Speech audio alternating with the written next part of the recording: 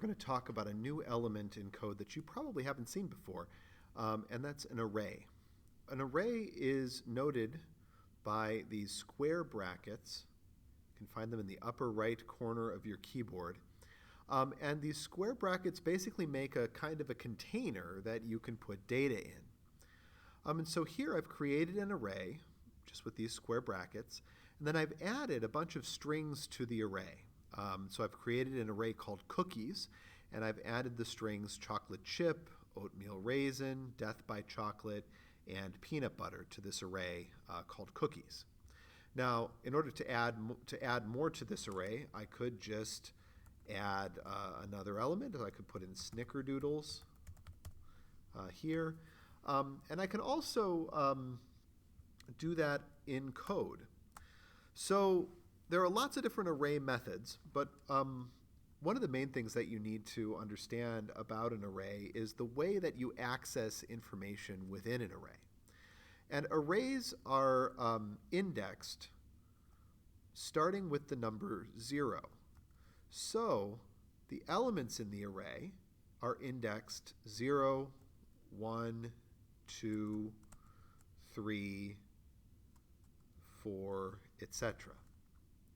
So starting with the number 0, chocolate chip in this case would be at cookies. Then you use the square bracket notation and put in 0. So this here, cookies 0, if I were to, I'm going to comment this out so that it doesn't make an error. I'm going to console log that, cookies 0. If I log that to the console, it's going to log out the string chocolate chip. Because what it does is it looks for the 0 position of my array, and then it just reads the string or whatever piece of data happens to be in that position. If I change that to cookies 1, it'll log oatmeal raisin. If I change it to cookies 3, it'll log peanut butter. Now, arrays, the main thing to remember with arrays, the main gotcha sticking point when we're working with arrays, is that arrays are always 0 indexed, and so they always start with the number 0. It's tempting when you first start coding to think that the first element in the array will be 1, the second element 2, etc. But you have to remember that the first element in the array is at 0, second element at 1, third element at 2, etc. The reason that that it's done this way goes back really far into the history of computer science and is not really something we need to get into right now, but it actually does make some things easier. Later on when we write loops to go through the arrays, the loops are actually going to be easier for us to write because of this notation. Anyways, so that's how you grab an element from the array. You just pass the index, that's what these numbers are called, the index, into the square brackets, and then use the array name. This is a variable name that we've assigned this entire array to. So if I were to just print out console log cookies, it actually prints to my console all the different elements in the array. Okay?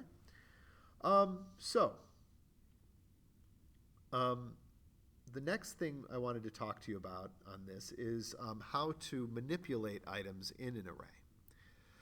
So one thing that you can do is you can take elements in an array and change them by passing through the index number of the element that you want to change. So let's say that I don't want death by chocolate in my array anymore. Instead, I want sugar cookie. Okay? I just say cookies 2, so that's taking the second index in the array, and then I make cookies 2 equal to a new string called sugar cookie. Now notice, when I run this, I have to run console log cookies for that to work. When I run this, it's going to log the array, but notice in the second position in the array, position 2, death by chocolate was changed to sugar cookie. Now, if instead I wanted to change oatmeal raisin to sugar cookie, I could do that by just changing the position that's in this bracket notation. So if I run that, you notice that oatmeal raisin was now taken out and replaced by sugar cookie. Now, if I would like to add an element onto the array instead of replacing an element in the array, all I have to do is use the push function. So every array has a function called push, and what you do is you say cookies.push, and then you put the thing that you want to add onto the array into the parentheses. So we're going to do cookies.push sugar cookie.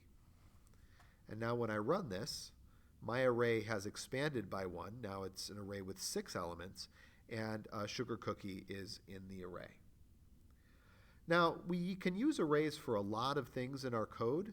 One of the things that is really helpful for game programming is that we can use the random number generation that we looked at in a previous lesson, and we can apply that to an array. So instead of passing in a number into the square brackets to call up that particular string, I can use a random number generator. So I could say, I want math.floor, math.random times cookies.length.